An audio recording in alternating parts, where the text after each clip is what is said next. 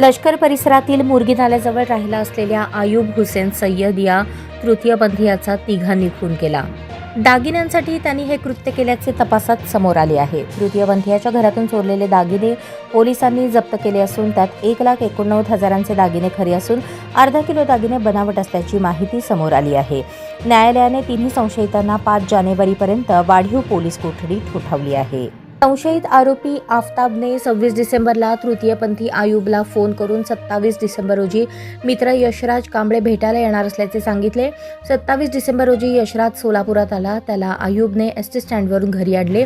त्या रात्री यशराज आयुबच्या घरी थांबला होता. आयुब झोपल्यावर यशराजने इंस्टाग्रामवर मेसेज करून आफताब इसाक शेख व वैभव पनगुले यांना बोलावून घेतले.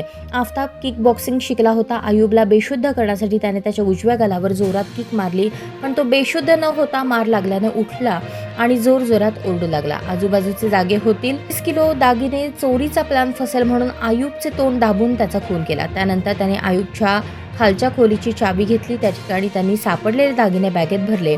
इंटरनेटचा राऊटर, एसीचा कंडेन्सर, आयुबचा मोबाईल, CCTVचा DVRही त्यांनी बॅगेत टाकला.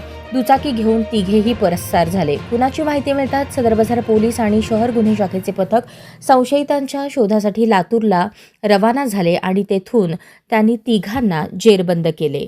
त्यांनी चोरलेले दागिने, रोकड, जाळून टाकलेले अवशेष जप्त केले आहेत. पोलीस निरीक्षक भालचंद्र ढवळे पुढील तपास करत आहेत.